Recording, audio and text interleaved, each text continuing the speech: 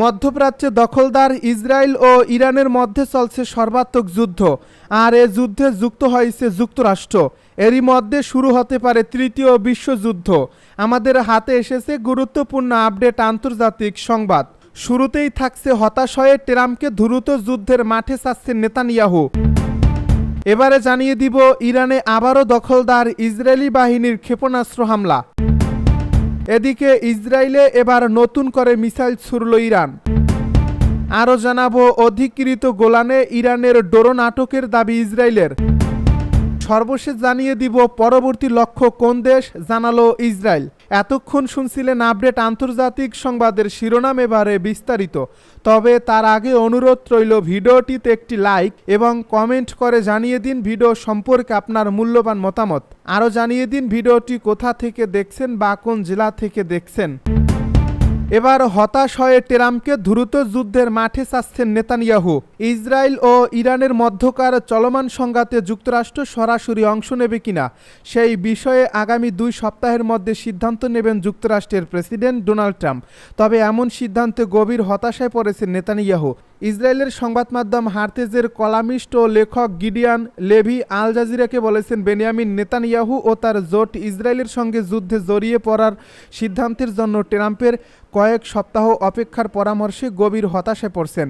তিনি বলেন, এই বাস্তবতায় 2 সপ্তাহ অনন্তকাল, এবং যদি তিনি সত্যিই 2 সপ্তাহ বোঝাতে চান এবং এটি কোনো প্রতারণা না হয়, তাহলে মার্কিনীদের এই যুদ্ধে জড়িত হওয়ার সম্ভাবনা ক্রমেই কমছে। কিন্তু নেতানিয়াহু চান ট্রাম্প যেন যত দ্রুত সম্ভব এই যুদ্ধে যুক্ত হন। লেভি আরও বলেন, দীর্ঘমেয়াদে ইসরায়েল ইরানের পারমাণবিক কর্মসূচি ধ্বংস করতে এবং তার আক্রমণাত্মক ক্ষেপণাস্ত্র ব্যবস্থা ক্ষতিগ্রস্ত করতে সফল হলেও ইসরায়েলিরা নিজেদের আর নিরাপদ বোধ করবে না। কোনো কিছুই সমাধান হবে না, কারণ ইরান তার ক্ষমতা ফিরে পেতে পারে উল্লেখ করে গিডিয়ন লেভি বলেন, ইসরায়েলের অনেক নিরাপত্তা সমস্যা রয়েছে যা এখনই শেষ হবে না, যেমন গাজা ইস্যু। ইরানে আবারও দখলদার ইসরায়েলি বাহিনীর হামলা। ইরানে আবারও হামলা চালিয়েছে ইসরায়েল। দেশটি ইরানের সামরিক স্থাপনায় হামলার দাবি করছে। শুক্রবার আল জাজিরার এক প্রতিবেদনে এই তথ্য জানানো হয়েছে। প্রতিবেদনে বলা হয়েছে, ইসরায়েলি বিমান বাহিনী ইরানের হামলার বিষয়ে একটি সংক্ষিপ্ত বিবৃতি দিয়েছে। এতে বলা হয়েছে, তাদের বাহিনী বর্তমানে পশ্চিম এবং মধ্য ইরানের সামরিক অবকাঠামোতে আক্রমণ করছে। এদিকে ইরান থেকে নতুন করে ড্রোন হামলা চালানোর পর তা আটক করছে ইসরায়েল। অধিকৃত গোলান হাইটসে এই হামলার পর সাইরেন বাজানো হয়েছে। এ সময় ইসরায়েলি কর্তৃপক্ষ দ্রুত বিভিন্ন এলাকায় সতর্কতা ব্যবস্থা চালু করে, খবর জর্ডানের সংবাদ মাধ্যম রয়া নিউজের। ইসরায়েলি সেনাবাহিনীর মুখপাত্র বৃহস্পতিবার জানান যে তাদের বাহিনী অধিকৃত গোলান অঞ্চলে বিমান হামলার সাইরেন বাজানোর সময় একটি ড্রোন আটক করেছে। ইসরায়েলে এবার নতুন মিসাইল ছুড়ল ইরান। ইসরায়েলে এবার নতুন করে মিসাইল ছুড়েছে ইরান। দেশটির 3টি ক্ষেপণাস্ত্র উৎক্ষেপণ কেন্দ্র ধ্বংস এবং সামরিক বাহিনীর এক কমান্ডারকে হত্যার দাবির পর এ হামলা হয়েছে। সামাজিক যোগাযোগ মাধ্যম এক্সে এক পোস্টে ইসরায়েলি সেনাবাহিনী জানিয়েছে, ইরান থেকে এক গুচ্ছ ক্ষেপণাস্ত্র ছোড়া হয়েছে। আকাশ প্রতিরক্ষা এসব হামলা ঠেকাতে সক্রিয় হয়েছে। এছাড়া বাসিন্দাদের নিরাপদ এলাকায় আশ্রয় নিতে বলা হয়েছে। স্থানীয় মিডিয়া জানিয়েছে, ইরানের হামলায় দেশ জুড়ে বিমান হামলার সাইরেন বাজছে। এর আগে ইরান থেকে নতুন করে ড্রোন হামলা চালানোর পর তার আটক করছে ইসরায়েল। অধিকৃত গোলান হাইটসে এই হামলার পর সাইরেন বাজানো হয়েছে। এ সময় ইসরায়েলি কর্তৃপক্ষ দ্রুত বিভিন্ন এলাকায় সতর্কতা ব্যবস্থা চালু করে। ইসরায়েলি সেনাবাহিনীর মুখপাত্র বৃহস্পতিবার জানান যে তাদের বাহিনী অধিকৃত গোলান অঞ্চলে বিমান হামলার সাইরেন বাজানোর সময় একটি ড্রোন আটক করছে।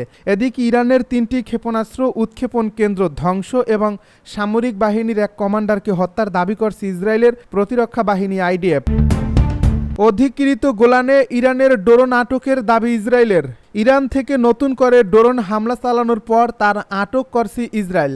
অধিকৃত গোলান হাইটসে এই হামলার পর সাইরেন বাজানো হয়েছে। এ সময় ইসরায়েলি কর্তৃপক্ষ দ্রুত বিভিন্ন এলাকায় সতর্কতা ব্যবস্থা চালু করে, খবর জর্ডানের সংবাদ মাধ্যম রয়া নিউজ। ইসরায়েলি সেনাবাহিনীর মুখপাত্র বৃহস্পতিবার জানান যে তাদের বাহিনী অধিকৃত গোলান অঞ্চলে বিমান হামলার সাইরেন বাজানোর সময় একটি ড্রোন আটক করছে। এদিকে ইরানের 3টি ক্ষেপণাস্ত্র উৎক্ষেপণ কেন্দ্র ধ্বংস এবং সামরিক বাহিনীর এক কমান্ডারকে হত্যার দাবি করেছে ইসরায়েলের প্রতিরক্ষা বাহিনী আইডিএফ। খবর আল জাজিরার। শুক্রবার এক বিবৃতিতে আইডিএফের পক্ষ থেকে বলা হয়েছে, বৃহস্পতিবার দিবাগত রাতে রাজধানী তেহরান এবং অন্যান্য শহরে 125 মিনিটব্যাপী বিমান অভিযান চালিয়েছে ইসরায়েলের বিমান বাহিনী। আইডিএফের 50টিরও বেশি যুদ্ধ বিমান এ অভিযানে অংশ নিয়েছিল। তারা আরও জানায়, সেই অভিযানে ধ্বংস করা হয়েছে এই ক্ষেপণাস্ত্র উৎক্ষেপণ কেন্দ্রগুলো। একই অভিযানে নিহত হয়েছেন ওই কমান্ডারও। পরবর্তী লক্ষ্য কোন দেশ জানালো ইসরায়েল। ইরানে ইসরায়েলের হামলার পর থেকে এ আগ্রাসনকে ন্যায্যতা দিতে মরিয়া হয়ে উঠেছে তেল আবিব। প্রধানমন্ত্রী বেনিয়ামিন নেতানিয়াহু থেকে শুরু করে ইসরায়েলের শীর্ষ পর্যায়ের নেতারা একের পর এক বক্তব্য দিয়ে হামলার পক্ষে সাফাই গাইছেন। তাদের দেশ ইরানের পারমাণবিক কর্মসূচিই নাকি এই হামলার প্রধান কারণ। যুক্তরাষ্ট্রের পক্ষ থেকেও একই ধরনের সুর শোনা যাচ্ছে। এমনকি ইরানের সর্বোচ্চ নেতা আয়াতুল্লাহ আলী খামেনিকে হত্যার হুমকিও দিয়েছেন ইসরায়েলের উচ্চ পর্যায়ের একাধিক নেতা। এরপর মার্কিন সাবেক প্রেসিডেন্ট ডোনাল্ড ট্রাম্পও হত্যাকাণ্ড সংক্রান্ত মন্তব্য করে পরিস্থিতিকে আরও জটিল করে তোলেন। এই উত্তপ্ত পরিস্থিতির মধ্যেই নতুন করে উত্তেজনার জন্ম দিয়েছেন ইসরায়েলের সাবেক প্রতিরক্ষা প্রতিমন্ত্রী মেইর মাশরি। সামাজিক যোগাযোগ মাধ্যম এক্সে দেওয়া এক পোস্টে তিনি বলেন, ইরানের অভিযান চালানোর পর ইসরায়েলের পরবর্তী লক্ষ্য হবে পাকিস্তানের পারমাণবিক প্রকল্প। এই মন্তব্য ঘিরে নতুন করে উদ্বেগ দেখা দিয়েছে দক্ষিণ এশিয়া জুড়ে, বিশেষ করে এমন সময়ে যখন ইরানের সঙ্গে ইসরায়েলের যুদ্ধ পরিস্থিতি আরও বিস্তৃত হওয়ার আশঙ্কা দেখা দিয়েছে।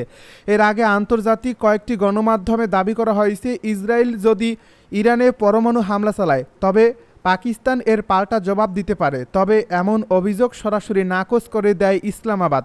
পাকিস্তানের প্রতিরক্ষামন্ত্রী এক বিবৃতিতে জানান, আমাদের পরমাণু কর্মসূচি শুধুমাত্র জাতীয় স্বার্থ ও প্রতিরক্ষার উদ্দেশ্যেই ব্যবহৃত হবে। এটি কোনো দেশের বিরুদ্ধে আগ্রাসনের অস্ত্র নয়। কিন্তু এই শান্তিপূর্ণ অবস্থান ঘোষণার পরপরই ইসরায়েলের সাবেক মন্ত্রীর এমন মন্তব্য সামনে আসায় পাকিস্তানের পরমাণু স্থাপনাগুলো এখন আন্তর্জাতিক আলোচনার কেন্দ্রে চলে এসেছে। এদিকে কূটনীতিকভাবে এক ভিন্ন মাত্রা যোগ করেছে পাকিস্তানের সেনাপ্রধান জেনারেল অসীম মুনিরের হোয়াইট হাউস সফর।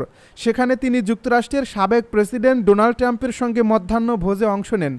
বৈঠক শেষে ট্রাম্প বলেন, আমি অসীম মুনিরের সঙ্গে দেখা করে সম্মানিত বোধ করছি। প্রসঙ্গত, ভারত নিয়ন্ত্রিত কাশ্মীরের পেহেলগামে ভয়াবহ সন্ত্রাসী হামলার পর ভারত পাকিস্তানের মধ্যে যুদ্ধের সম্ভাবনা দেখা দিলেও শেষ পর্যন্ত দুই দেশেই যুদ্ধবিরতিতে সম্মত হয়। এই কূটনৈতিক সফলতায় অসীম মুনিরের ভূমিকাকে নির্ণায়ক হিসেবে আখ্যা দেয় ট্রাম্প। ইরানের ক্ষেপণাস্ত্র হামলায় ইসরায়েলে বড় বিস্ফোরণ। ইরান ও ইসরায়েলের মধ্যে উত্তেজনা তীব্র আকার ধারণ করছে। ইসরায়েলে একের পর এক মিসাইল দিয়ে পাল্টা হামলা করছে ইরান। এবার ইসরায়েলের বিয়ার সেবা শহরে বড় বিস্ফোরণের শব্দ শোনার পর সেখানে উদ্ধারকারী দল পাঠানো হয়েছে বলে জানায় ইসরায়েলি সেনাবাহিনী। খবর আল জাজিরার। এ প্রতিবেদন আরও জানায়, বিস্ফোরণের শব্দটি বিয়ার সেবার একটি বড় প্রযুক্তি প্রতিষ্ঠানের ভবনের আশপাশ থেকে এসেছে। যদিও তাৎক্ষণিকভাবে কোনো হতাহত বা ক্ষয়ক্ষতির খবর নিশ্চিত করা যায়নি। সামরিক সূত্রের বরাত দিয়ে ইসরায়েলি কর্তৃপক্ষ জানায়, তারা ঘটনার প্রকৃতি যাচাই করছে এবং প্রাথমিক তদন্ত শেষে বিস্তারিত তথ্য জানানো হবে। এর আগে বৃহস্পতিবার ইসরায়েলের বিয়ার সেবায় একটি হাসপাতালে বোমা হামলা দ্রুত এবং ব্যাপক আন্তর্জাতিক মনোযোগ পায়। এর 3 দিন আগে ইরানের কেরমানশাহে একটি হাসপাতালে হামলা হয়েছিল, যা আন্তর্জাতিক মহলে উপেক্ষিত ছিল। বিয়ার সেবার হাসপাতালে বোমা হামলার পর ইসরায়েল জানায় এই ভবনটির ব্যাপক ক্ষতি হয়েছে। তবে এই হামলার আগেই হাসপাতালের একটি অংশ থেকে রোগীদের সরিয়ে নেওয়ার বড় ধরনের প্রাণহানি এড়ানো সম্ভব হয়েছে।